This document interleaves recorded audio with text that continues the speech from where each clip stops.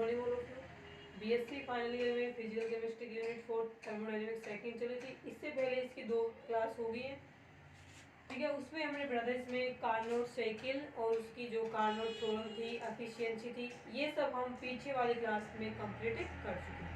उसके बाद में आज हम पढ़ेंगे थर्मोडायनेमिक स्केल ऑफ टेम्परेचर, यानी ताप का उष्मागतिक पैमाना है, वो हम आज क्लास में पढ़ेंगे। इसमें सिर्फ ये है कि अपने को इसकी डेफिनेशन बनानी है या फिर वो टेम्परेचर बताना जो हम नॉर्मल बोलते हैं ना, एनटीपी और एसटीपी, उसमें स्टैंडर्ड की जो टेम्परेचर यूज करते हैं वो हमें यहाँ पे लिखना है।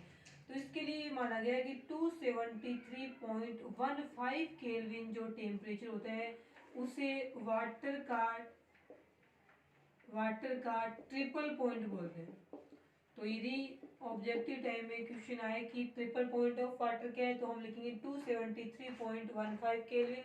इसे हम वाटर का ट्रिपल पॉइंट कहेंगे। कारण क्या रहेगा ट्रिपल पॉइंट कहने का? कारण ये रहेगा कि इस पॉइंट पर, इस टेम्परेचर पे H2O है सॉलिड स्टेट में, यानी आइस फॉर्म इसकी, और साथ में होती है इसकी लिक्विड फॉर्म H2O वाटर के रूप में, और साथ में होती है H2O गैस यानी वेपर के रूप में। तो वाटर 3 स्टेट में मिलेगा, तो सॉलिड स्टेट में आइस बर्फ के रूप में, लिक्विड स्टेट में लिक्विड वाटर के रूप में, और गैस में ये मिलेगा वाटर वेपर के रूप में। तो इस पॉइंट पे 273.15 केल्विन टेम्परेचर पे वाटर की तीनों स्टेट हैं वो इक्विलिब्रियम में या साम्य अवस्था में होती है। अभी इसको कुछ इस प्रकार से लिखना ज़्यादा सही रहेगा। यदि हम यहाँ पे लिख दें H2O वेपर गैस फॉर्म, ये इसके साथ भी इक्विलिब्रियम में है और इसके साथ भी, तो इससे ये सही लग रहा है कि 273.15 केल्विन टेम्परेचर पे वाटर की तीनों स्टेट एक दूसरे के साथ में इक्विलिब्रियम में होती हैं। इसे इस कारण से इसे 3 स्टेट इक्विलिब्रियम में ना, इस कारण से इसे हम वाटर का ट्रिपल पॉइंट कहेंगे। जब हम इसका फेज डायग्राम ड्रॉ करते हैं ना, तो उसमें भी ऐसा पॉइंट आता है वाटर के फेज डायग्राम में, जो हम सेकंड में पढ़ के आए ना, उसमें भी ये पॉइंट आया था 273.5 केल्विन टेम्परेचर, जिसे हमने वहाँ पे O से डिनोट किया था। तो ये क्या हो गया अपना वाटर का ट्रिपल पॉइंट। ट्रिपल पॉइंट का टेम्परेचर ये क्या है, ये वाला 273.15 केल्विन। और कोई भी चीज़ हो ना डिग्री सेंटीग्रेड में होती है, उसको केल्विन में चेंज करना होता है, तब भी हम वहाँ पे ऐड तो कितना करते हैं 273 क्यों करते हैं? राउंड फिगर में वैल्यू लाने के लिए हम 273 ऐड करते हैं, लेकिन एक्चुअल में वैल्यू क्या होती है 273.15 होती है, ठीक है। ये था अपना थर्मोडायनेमिक स्केल ऑफ टेम्परेचर, ठीक है। ये केल्विन में, इस कारण से इसको हम केल्विन स्केल भी के नाम से भी जानते हैं। नहीं, सेंटीग्रेड में वैल्यू होगी टेम्परेचर की, केल्विन में चेंज करने के लिए इसमें 273 है वो करें। ये था इसमें थर्मोडायनेमिक स्केल ऑफ टेम्परेचर। सिर्फ इसमें वाटर का ट्रिपल बॉन्ड ये ध्यान में रखना है। उसके बाद में नेक्स्ट हम पढ़ेंगे इसके अंदर एंट्रोपी, ठीक है। देखें एंट्रोपी नेक्स्ट टॉपिक, देखिए अब पढ़ेंगे हम उसके बाद में एंट्रोपी। देखिए एंट्रोपी किस प्रकार से आएगी।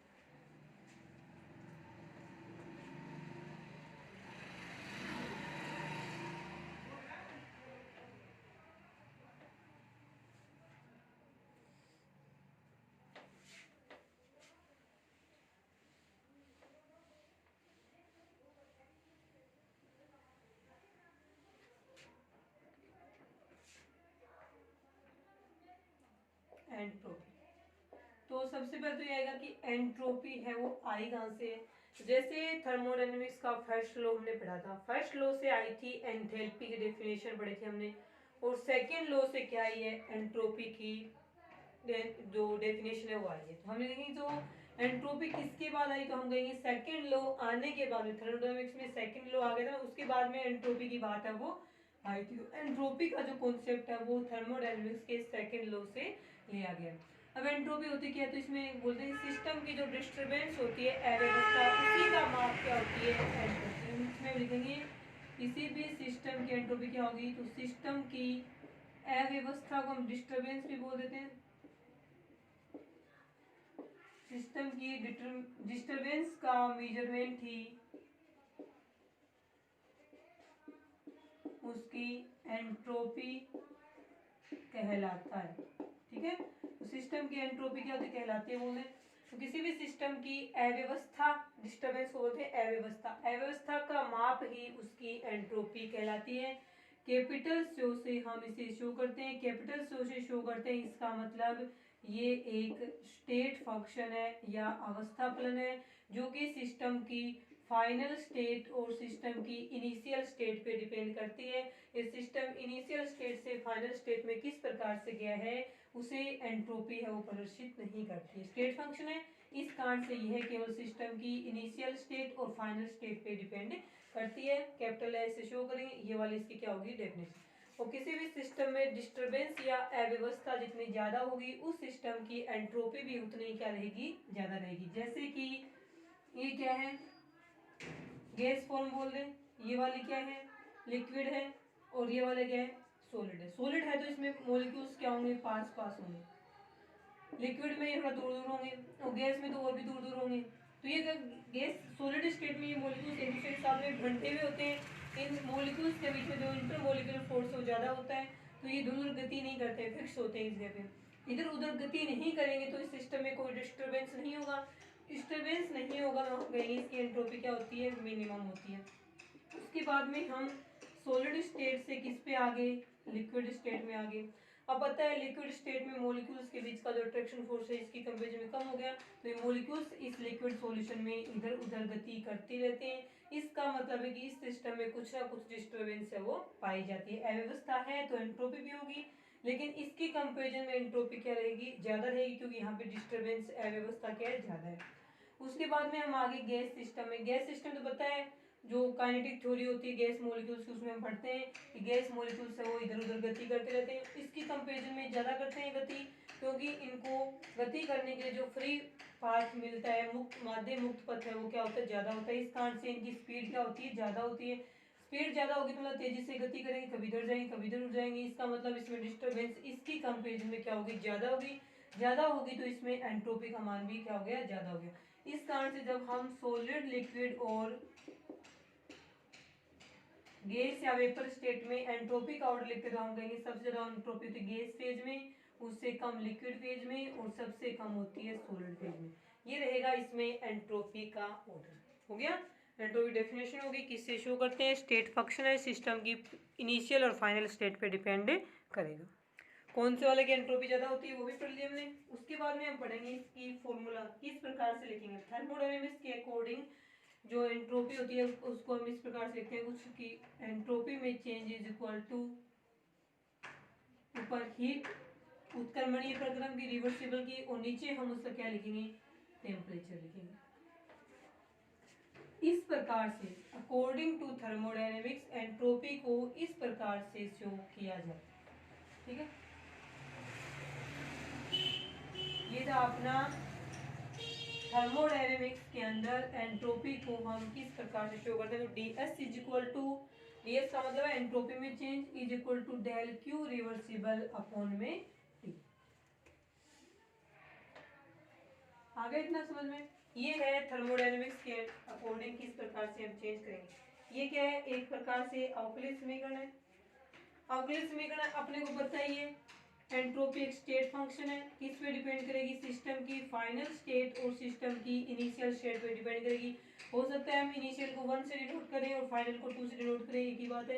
ये किसके क्लोज है, इसको हम क्या करेंगे, डिफरेंशिएट कर देंगे, डी क्यू रिवर्सिबल अपॉन में T, initial state to final state, या फिर 1 to 2 इसमें यहाँ पे हम लिख सकते हैं। ये स्टेट फंक्शन है, इस कारण से ये वाला एक्सप्रेशन है वो यूज किया गया है।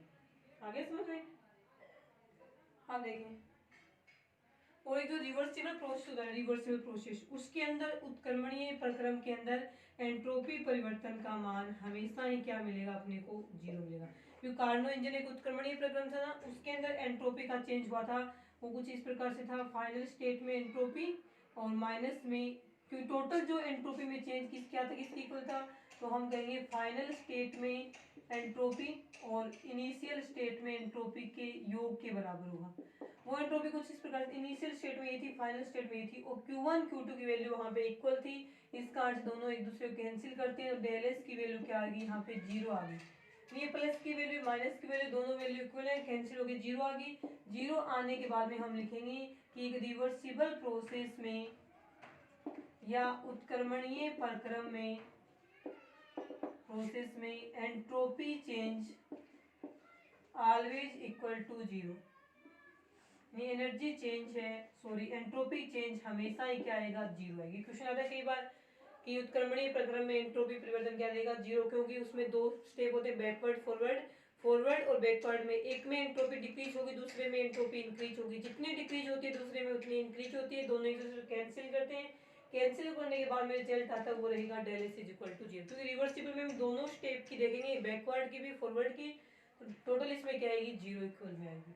ये रहेगा एक मेन, इसमें ये वाला इंपॉर्टेंट है कि रिवर्सिबल प्रोसेस में एंट्रोपी चेंज क्या आता है, जीरो। एक नंबर का क्वेश्चन है ये पूछ भी जाता है कई बार।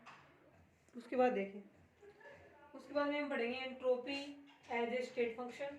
अवस्था फलन के रूप में हमें क्या पढ़नी है, एंट्रोपी को पढ़ना है। फिर अपने को टेम्परेचर और प्रेशर के फंक्शन के रूप में पढ़ना है, और प्रेशर और वॉल्यूम के फंक्शन के रूप में पढ़ना है। ठीक है, फाइनल डेरिवेशन है वैसे इसका, वो याद रखो कि टेम्परेचर बढ़ाने से क्या होगा, वॉल्यूम इंक्रीज करने से एंट्रोपी पे क्या चेंज आएगा, ये देखना है। तो सबसे पहले तो हम पढ़ेंगे, हमने बोला है कि एंट्रोपी एक स्टेट फंक्शन है, तो स्टेट फंक्शन के रूप में एंट्रोपी को पढ़ेंगे। तो फर्स्ट पढ़ेंगे सबसे पहले हम यहाँ पे entropy as a state function, Hindi में रहेगी इसकी अवस्था फलन के रूप में एंट्रोपी।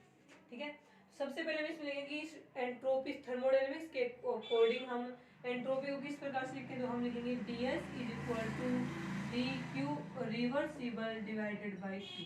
अकॉर्डिंग टू थर्मोडायनेमिक्स हम एंट्रोपी को इस प्रकार से परिभाषित करते हैं। ये होगी।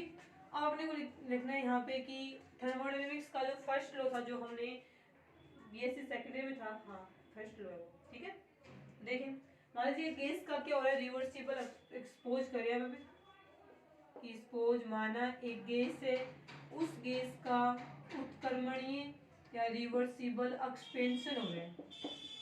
एक्सपेंशन प्रसार हो रहा है, इसका मतलब गैस में वॉल्यूम बढ़ रहा है, प्रसार का मतलब आयतन बढ़ेगा, आयतन बढ़ेगा इसका मतलब वहां पे एंट्रोपी भी क्या होगी, इंक्रीज।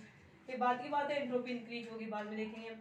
रिवर्सिबल एक्सपेंशन हो रहा है, इसका मतलब जो गैस है वो खुद कार्य कर रही है, ये हो ना। रिवर्सिबल एक्सपेंशन का मतलब वो गैस खुद कार्य कर रही है। तो अकॉर्डिंग टू या फिर from FLOT, from first law of thermodynamics क्या होगा ये, तो यहाँ पे हम लिखेंगे du is equal to dq minus में dw से लिख दें इसको हम। ठीक है, अब लोग dw क्या होता है, किया गया कार्य, बीएससी सेकंड में पढ़ के था हम, किसके इक्वल होता है, pv के इक्वल। इसको d लिखेंगे तो ये आ जाएगा p dv के इक्वल हो जाएगा। किया गया कार्य p dv के, कांस्टेंट प्रेशर पे और आयतन में जो प्रसार होता है वही क्या होता है, कार्य कर रहा है, इसका मतलब खुद गैस कार्य करेगी तभी उसका क्या होता है, एक्सपेंशन होता है। एक्सपेंशन dv का मतलब पहले एक्सपेंशन से पहले जो वॉल्यूम था, बाद में जो वॉल्यूम था, उन दोनों में क्या आएगा, चेंज आएगा। और dv किसके इक्वल होगा, फाइनल एक्सपेंशन होने के बाद में वॉल्यूम और इनिशियल वॉल्यूम। इससे मतलब नहीं, ये याद रखना dv is equal to pdv। तो dq की जगह रखिए तो क्या आएगा, ये माइनस वाला इसकी जगह हम pdv रखेंगे ना, माइनस में आएगा, ये इस साइड जाए तो प्लस का लिखा जाएगा। तो हम क्या करें, dq को यहाँ लिख रहे हैं और du प्लस में क्या आ जाएगा, pdv। ये बन गई अपनी 2 नंबर इक्वेशन। माने गैस का उत्क्रमणीय प्रसार हो रहा है, इतना आ गया समझ में। अब ये जो समीकरण नंबर 2 अपने को मिली है ना, इस समीकरण नंबर 2 में हम भाग देंगे t का। तो हम लिखेंगे यहाँ पे on dividing this equation by t से हम इस इक्वेशन को क्या करेंगे, डिवाइड करेंगे। तो जो डिवाइड करके आएगा उसको मैं यहाँ पे लिख देती हूँ, सिर्फ ये याद रखना है अपने को। तो और ये वाला देखें, डिवाइड करने के मतलब है कि सभी जगह नीचे हम क्या लिख देंगे, टी लिख देंगे। तो डिवाइड करने के बाद में जो अपने को मिलेगा वो रहेगा dq by T is equal to, अब इसके नीचे भी टी आएगा, du बाई टी, और p dv है, इसके नीचे भी क्या आएगा, टी आएगा। इक्वेशन नंबर बन गई अपनी 3। अपने कोई इक्वेशन नंबर 2 से कोई मतलब नहीं है, इसको साफ कर दें, ये आ गया यहाँ तक बन गया। अब देखना, अब हम करेंगे इसमें चेंज, क्या चेंज होगा देखो। हमने को पता है dq बाई dt क्या होता है, ये सारा रिवर्सिबल प्रोसेस का चल रहा है, क्योंकि रिवर्सिबल में ही किसी गैस का एक्सपेंशन हुआ था, उसी के लिए हमने ये ऊपर वाली इक्वेशन लिखी थी, फिर इसको t से डिवाइड किया था। तो हम यहाँ पे लिखेंगे फ्रॉम इक्वेशन 1 एंड 3, क्या करना, क्या है, 1 का यूज की डी क्यू बाई टी की जगह अपने को डी एस लिखना है, एंट्रोपी चेंज को बताना ना ये, तो ये हो जाएगा D S is equal to, इसको इस प्रकार से लिख सकते हैं ना कि 1 बाई टी और डी यू को साइड में लिख दिया, एक ही बात है। इसको किस प्रकार से लिखे, पी बाई टी और डी वी को साइड में लिख दिया, एक ही बात है। अपनी बन गई समीकरण नंबर 4, किससे, फ्रॉम इक्वेशन 1 एंड 3, सिर्फ चेंज किया है, इसकी जगह डी एस लिख दिया, बाकी सारे में कुछ नहीं किया, बस ये डी यू अलग कर लिया, डी वी अलग कर लिया, 1 बाई टी और पी बाई टी लिख दिया, बन गई यहाँ पे समीकरण नंबर 4। अब बोलेंगे समीकरण नंबर 4 है वो क्या है, ये वाली समीकरण नंबर 4 है वो क्या बता दिया आपको, ऊष्मागतिकी की मूलभूत समीकरण है। इसी के बेस पे हम बताएंगे कि किस प्रकार से entropy as a state function इस प्रकार से यहाँ पे मानी जाएगी, ठीक है। अपने को बताया यहाँ पे जो दो अपने पास वेरिएबल आए हैं 1 बाई टी और पी बाई टू, ये हमेशा ही क्या होते हैं, पॉजिटिव होते हैं। 1 बाई टी और पी बाई टी की वैल्यू ऑलवेज क्या आती है, अपने को पता हो तो ये हमेशा ही पॉजिटिव वैल्यू होती है। पॉजिटिव वैल्यू होती है तो हम लिखेंगे यहाँ पे at constant volume. Positive value समीकरण नंबर 4 से बोले तो दो केस बनेंगे, एक तो केस नंबर 1 बनेगा, उसमें हम लिखेंगे at constant volume. Constant volume का मतलब है कि dv इज इक्वल टू 0, ये dv 0 होगा तो ये पूरी टर्म 0, पूरी टर्म 0 तो सिर्फ ये बचेगा, ये बच गया। अब हम बोलेंगे कि बच गया क्या, यहाँ पे ds is equal to 1 by T D U. अब देखें, अब हम बोलेंगे कि कांस्टेंट वॉल्यूम है, स्थिर आयतन है। अब यदि du बढ़ाएं हम, du का मतलब है du इज इक्वल टू क्या होता है, फाइनल स्टेट की एनर्जी और इनिशियल स्टेट की एनर्जी। ये कब बढ़ेगी, जब हम, ये पॉजिटिव में कब आएगी, जब हम फाइनल स्टेट में क्या करें, एनर्जी को इंक्रीज करें। ये इंक्रीज होगी तो ये वाली क्या होगी, इंक्रीज होगी। तो इस इक्वेशन से हम क्या बोल सकते हैं, जो अपने इक्वेशन नंबर 5 में ली है, उससे हम बोल लेते हैं कि स्थिर आयतन पर, स्थिर एट कांस्टेंट वॉल्यूम, स्थिर आयतन पर किसी सिस्टम की एनर्जी इंक्रीज करने पर उस सिस्टम की एंट्रोपी भी क्या होती है, इंक्रीज। क्योंकि सिस्टम की एनर्जी इंक्रीज करते हैं तो उस गैस सिस्टम में जो मॉलिक्यूल्स होते हैं उनकी काइनेटिक एनर्जी बढ़ती है, काइनेटिक एनर्जी बढ़ेगी तो वे तेजी से इधर उधर गति करेंगी, तेजी से गति करेंगी, इसका मतलब सिस्टम में अव्यवस्था ज्यादा बढ़ेगी, अव्यवस्था ज्यादा हो जाएगी तो इसका मतलब वहां पे एंट्रोपी भी क्या हो जाएगी, ज्यादा हो जाएगी। तो समीकरण नंबर 5 से क्लियर हो रहा है कि कांस्टेंट वॉल्यूम पे यानी स्थिर आयतन पे किसी सिस्टम की ऊर्जा इंक्रीज करने पर, ऊर्जा बढ़ाने पर उस सिस्टम की एंट्रोपी भी बढ़ जाती है। एक तो ये केस हो गया। अब इसी का जो सेकंड केस है वो क्या बनता है, यहाँ पे हम लिखेंगे at constant energy. Constant energy का मतलब एनर्जी नहीं दे रहे, कांस्टेंट एनर्जी का मतलब है कि इस वाले सिस्टम में जो du है वो क्या हो जाएगा, जीरो हो जाएगा। du जीरो, तो ये जीरो है तो पूरी टर्म जीरो है, तो इस बार ये इसके इक्वल होगा, तो इसे अपनी समीकरण आएगी ds is equal to P by T D. ये बन गई अपनी समीकरण नंबर 6। अब समीकरण नंबर 6 से क्या क्लियर हो रहा है, ये dv का मतलब है आयतन बढ़ेगा तो एंट्रोपी भी क्या होगी, बढ़ेगी। दोनों एक दूसरे के हैं समानुपाती में और ये वैल्यू हमेशा p बाई टी क्या है, पॉजिटिव है। तब हम कहेंगे समीकरण नंबर 6 से कि स्थिर ऊर्जा पर एट कांस्टेंट एनर्जी पर किसी सिस्टम का आयतन बढ़ाने पर उस सिस्टम की एंट्रोपी भी बढ़ जाती है या इंक्रीज हो जाती है। इतना आएगा entropy as a state function में। आगे समझ में, ये दो केस बनाना, एक बार इसको करना है कांस्टेंट वॉल्यूम को, एक बार एनर्जी को कांस्टेंट करना है। तो इस प्रकार से दो समीकरण बनेगी। इससे हम दो लाइनें लिखेंगे कि कांस्टेंट वॉल्यूम पे एनर्जी बढ़ाएंगे तब भी एंट्रोपी बढ़ेगी और कांस्टेंट एनर्जी पे वॉल्यूम बढ़ाएंगे तब भी एंट्रोपी बढ़ेगी। वॉल्यूम बढ़ाने में क्यों बढ़ती है, क्योंकि वॉल्यूम बढ़ाने पर जो गैस मॉलिक्यूल्स होते हैं उनको गति करने के लिए स्थान ज्यादा मिलता है, इस कारण से तेजी से गति करेंगे, इधर उधर गति ज्यादा करेंगे तो उसमें अव्यवस्था बढ़ेगी तो उससे एंट्रोपी भी क्या हो जाती है, इंक्रीज हो जाती है। ये रहेगा आपके entropy as a state function. बस ठीक है, एक लास्ट को देखते हैं, entropy as a function of temperature and volume. Entropy as a function of temperature and volume.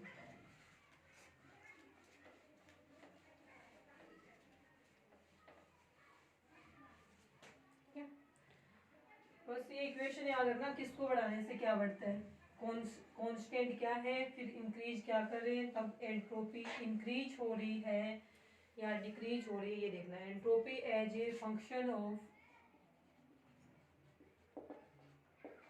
Function of temperature and volume, यानी दाब और आयतन के फलन के रूप में एंट्रोपी वो हमें यहाँ पे देखनी है। ठीक है, अब जिसके फंक्शन के रूप में हम एंट्रोपी देखते हैं उसमें ये मान, जिसके फलन के रूप में देखते हैं उसमें हम सबसे पहले सपोज करते हैं कि माना सिस्टम की एंट्रोपी उसके टेम्परेचर और वॉल्यूम का फंक्शन होती है। फर्स्ट लाइन क्या लिखी जाएगी, माना किसी सिस्टम की एंट्रोपी उस सिस्टम के ताप और आयतन का फलन होती है। इसको मैथमेटिक्स में किस प्रकार से लिखते हैं, तो जाएगा कि S is equal to entropy, S function है किसका, टेम्परेचर और वॉल्यूम का। इक्वेशन नंबर 1, माना किसी सिस्टम की एंट्रोपी S उस सिस्टम के टेम्परेचर और वॉल्यूम का फंक्शन होती है। यहाँ F बता रहा है कि ब्रैकेट में दो चीजें लिखी हुई हैं वो इक्वल के इस साइड वाले का क्या है, फंक्शन है। तो इक्वेशन नंबर 1 का स्टेटमेंट रहेगा कि माना किसी सिस्टम की एंट्रोपी S उसके टेम्परेचर और वॉल्यूम का फंक्शन होती है। अब इस समीकरण नंबर 1 को हम क्या करेंगे, डिफरेंशिएट करेंगे, अवकलित करेंगे इस समीकरण नंबर 1 को,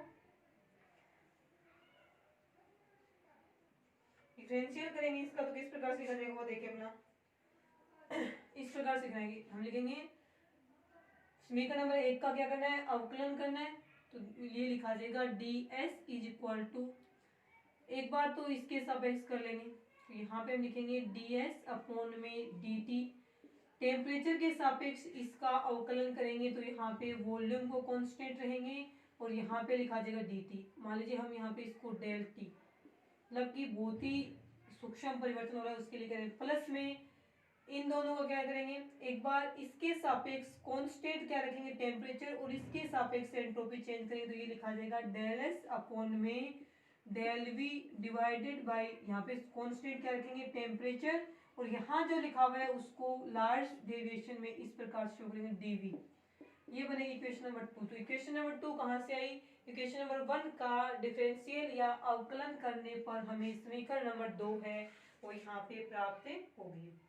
अब हम ये मान लें कि सिस्टम की एनर्जी U है वो भी इन्हीं का फलन है, सिस्टम की एनर्जी U भी टेम्परेचर और वॉल्यूम का फंक्शन है। तो नीचे हम एक लाइन लिखेंगे, माना सिस्टम की एंट्रोपी U उस सिस्टम के टेम्परेचर और वॉल्यूम का फंक्शन होती है।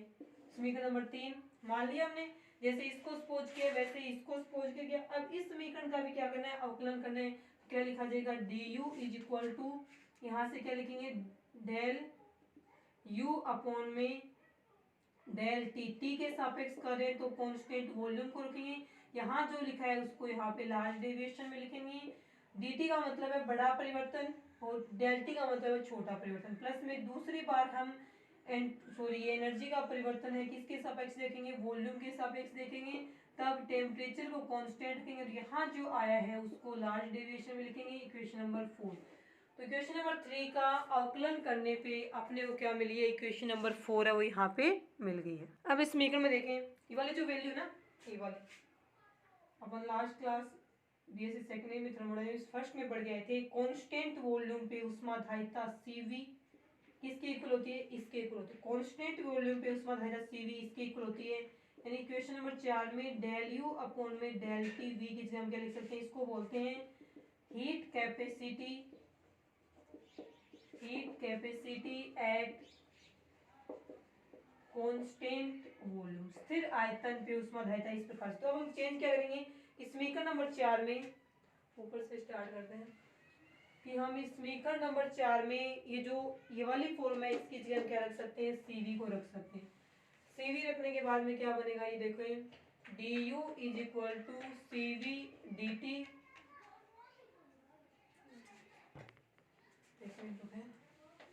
ये रखा जाएगा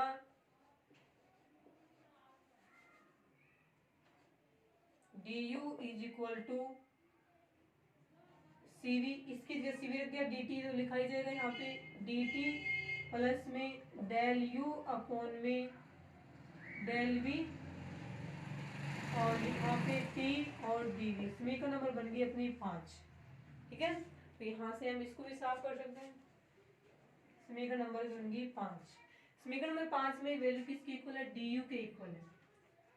डी यू की इक्वल होगी। अब अपने को एक समीकरण मिली थी पीछे, D S is equal to 1/t, मतलब कि स्टेट फंक्शन के रूप में एंट्रोपी चेक की थी ना हमने। जब हमने स्टेट फंक्शन के रूप में एंट्रोपी चेक की थी तब वहाँ पे अपने समीकरण मिली थी D S is equal to 1/t D U plus में p/t dv, ऐसे समीकरण मिली थी, उसको हम बोलेंगे समीकरण नंबर 6। स्टेट माना कि यहाँ पे लिख देंगे कि एंट्रोपी स्टेट फंक्शन के रूप में एंट्रोपी की समीकरण ये रहेगी, पीछे पढ़ के हम इसमें करना क्या है अपने को, ये वाला तो काम में नहीं आएगा, ये वाला यहीं पे रखते हैं, क्या पता आगे चल के इसका यूज हो जाए, इसको यहीं पे रख लेते हैं, ठीक है। अब इक्वेशन नंबर क्या करना है, फ्रॉम इक्वेशन नंबर 5 और 6 से वो काम में आएगी, काम में क्या आएगी।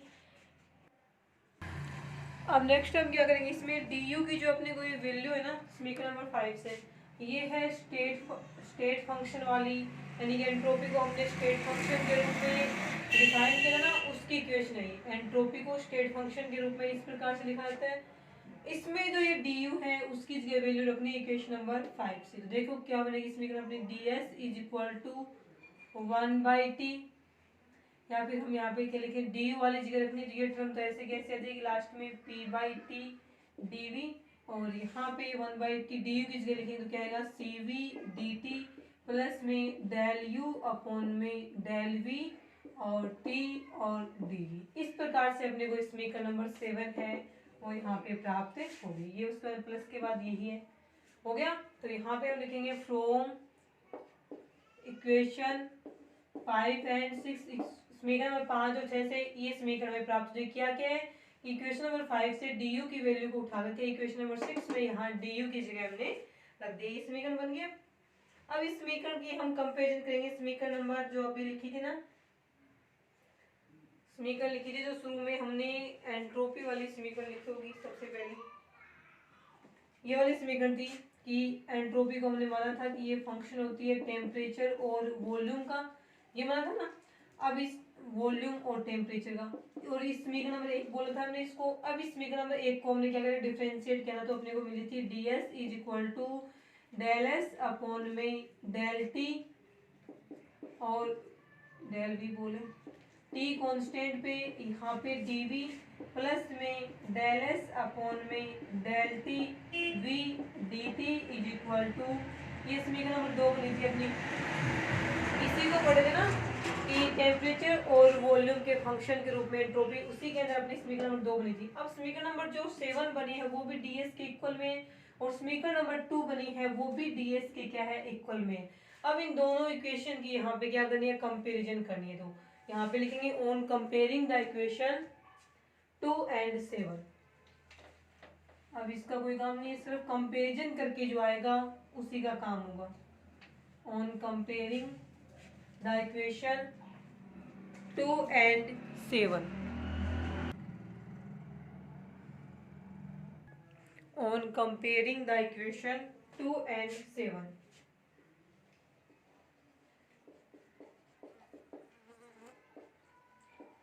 Equation 2 and 7। अब देखें इन दोनों की कंपैरिजन कुछ इस प्रकार से करनी है अपने को। देखें कंपैरिजन वाले पार्ट्स में हम क्या लिखेंगे, यहाँ से देखें इसको, ये देखो dt वाली टर्म ये है और dt वाली टर्म इसमें dt है ना, इसमें भी यहाँ पे क्या है dt के साथ में जो मल्टीप्लाई में है दोनों इक्वेशन में, वो एक दूसरे के यहाँ पे क्या आएगा, इक्वल में आएगा, ठीक है। तो dt के साथ में यहाँ पे क्या है, ये वाली टर्म है, तो कंपेयरिंग करेंगे तो लिखे जाएगा डेल एस अपॉन में del T V is equal to, ये है। और इसके साथ से इक्वल क्या होगा, जो इस इक्वेशन नंबर 7 में dt के गुणा में dt के गुणा में ये है, तो cv को हम यहाँ लिख सकते हैं, तो ये बनेगा cv/2, इक्वेशन नंबर बन जाएगी ये अपनी 8 नंबर समीकरण होगी। अब करना है अपने को, एक तो इससे रिजल्ट निकालना है अपने को, ठीक है। तो देखें ये जो इक्वेशन बनी है अपनी इक्वेशन नंबर 8, इससे क्या रिजल्ट निकलेगा, देखें इसमें अपन पढ़ेंगे कि cv/t है वो हमेशा ही एक क्या होती है, पॉजिटिव वैल्यू। cv/t की वैल्यू ऑलवेज क्या होती है, पॉजिटिव, ऑलवेज रहेगी, ठीक है। ऑलवेज क्या है, ये पॉजिटिव वैल्यू है। इस पॉजिटिव वैल्यू के कारण से इसमें क्या आएगा, ये पॉजिटिव है तो ये वाला भी क्या है, पॉजिटिव आएगा। ये पॉजिटिव है तो इसके इक्वल में जो है वो भी पॉजिटिव में रहेगा। ये पॉजिटिव है, इसका मतलब कि हम क्या लिखेंगे, at constant volume. Volume constant है, एट कांस्टेंट वॉल्यूम यानी कि स्थिर आयतन पर, ठीक है, ये हो गया एट कांस्टेंट वॉल्यूम। टी बढ़ाएंगे, टेम्परेचर इंक्रीज करेंगे तो एंट्रोपी भी क्या होगी, यहाँ पे इंक्रीज होगी। एट कांस्टेंट वॉल्यूम पर टेम्परेचर इंक्रीज करने पे एंट्रोपी भी क्या होती है, इंक्रीज होती है। ठीक है, देखें इसके लिए हम क्या लिखेंगे, ठीक है, तो इसमें हम लिखेंगे on comparing the equation number, ये हो गया। अब देखें इससे क्या, एट कांस्टेंट वॉल्यूम पर टेम्परेचर इंक्रीज करेंगे तो एंट्रोपी क्या होगी, इंक्रीज होगी। तो इसके लिए इसमें नंबर 8 से हम क्या रिजल्ट निकलते हैं, रिजल्ट ये निकलेगा कि कांस्टेंट वॉल्यूम पर स्थिर आयतन पर यदि हम सिस्टम का टेम्परेचर इंक्रीज करते हैं तो उसके साथ साथ में एंट्रोपी भी क्या होती है, इंक्रीज होती है। ये रहेगी एंट्रोपी ताप और आयतन के फलन के रूप में। ऐसा ही एक स्टेटमेंट अपने को और मिलता है, वो अपन बनाते हैं खुद से। उसमें देखो क्या करना है, सिर्फ चेंज, उसमें हम प्रेशर को बीच में ले दी, हम इसी एंट्रोपी को प्रेशर के फंक्शन के रूप में देखें, तब इसे हम किस प्रकार से लिखेंगे, कांस्टेंट प्रेशर करेंगे इसी इक्वेशन से। यदि यहाँ पे प्रेशर को हम कांस्टेंट करते हैं तो यहाँ पे क्या आएगा, सीपी, क्योंकि कांस्टेंट वॉल्यूम पे हीट कैपेसिटी होती है सीवी और कांस्टेंट प्रेशर पे हीट कैपेसिटी होती है सीपी, इसके इक्वल आएगा। अब ये इक्वेशन नंबर 9 माने तो इसमें भी हम क्या बता सकते हैं कि यहाँ पे भी सीपी बाई टी की वैल्यू है वो ऑलवेज किस में आएगी, पॉजिटिव में आएगी। पॉजिटिव में जब ये वैल्यू आती है, इसका ये पॉजिटिव है तो ये वाली वैल्यू भी क्या आएगी, पॉजिटिव। ये वैल्यू भी पॉजिटिव आने का मतलब क्या है कि एट कांस्टेंट प्रेशर यानी स्थिर दाब पर टेम्परेचर इंक्रीज करेंगे तो उसके साथ साथ ए ऊपर एंट्रोपी है, एंट्रोपी भी क्या होगी, इंक्रीज होगी। तो इक्वेशन नंबर 9 से हम क्या लिख सकते हैं कि एट कांस्टेंट प्रेशर या स्थिर दाब पर किसी सिस्टम का टेम्परेचर इंक्रीज करने पर उसकी एंट्रोपी भी इंक्रीज हो जाती है। ये था एंट्रोपी प्रेशर, वॉल्यूम और टेम्परेचर के फंक्शन के रूप में, और इसके साथ में स्टेट फंक्शन के रूप में भी एंट्रोपी वो हम पढ़ चुके हैं। इसके बाद में हम एंट्रोपी की टेम्परेचर पे क्या डिपेंडेंसी होती है, फिजिकल चेंजेस होते हैं, यानी ठोस से सॉलिड से लिक्विड में आता है, कोई भी प्रोसेस है और लिक्विड से गैस में आता है, उस दौरान एंट्रोपी में क्या चेंज होता है, ये सब हम पढ़ेंगे नेक्स्ट क्लास में। आज के लिए इतना ही।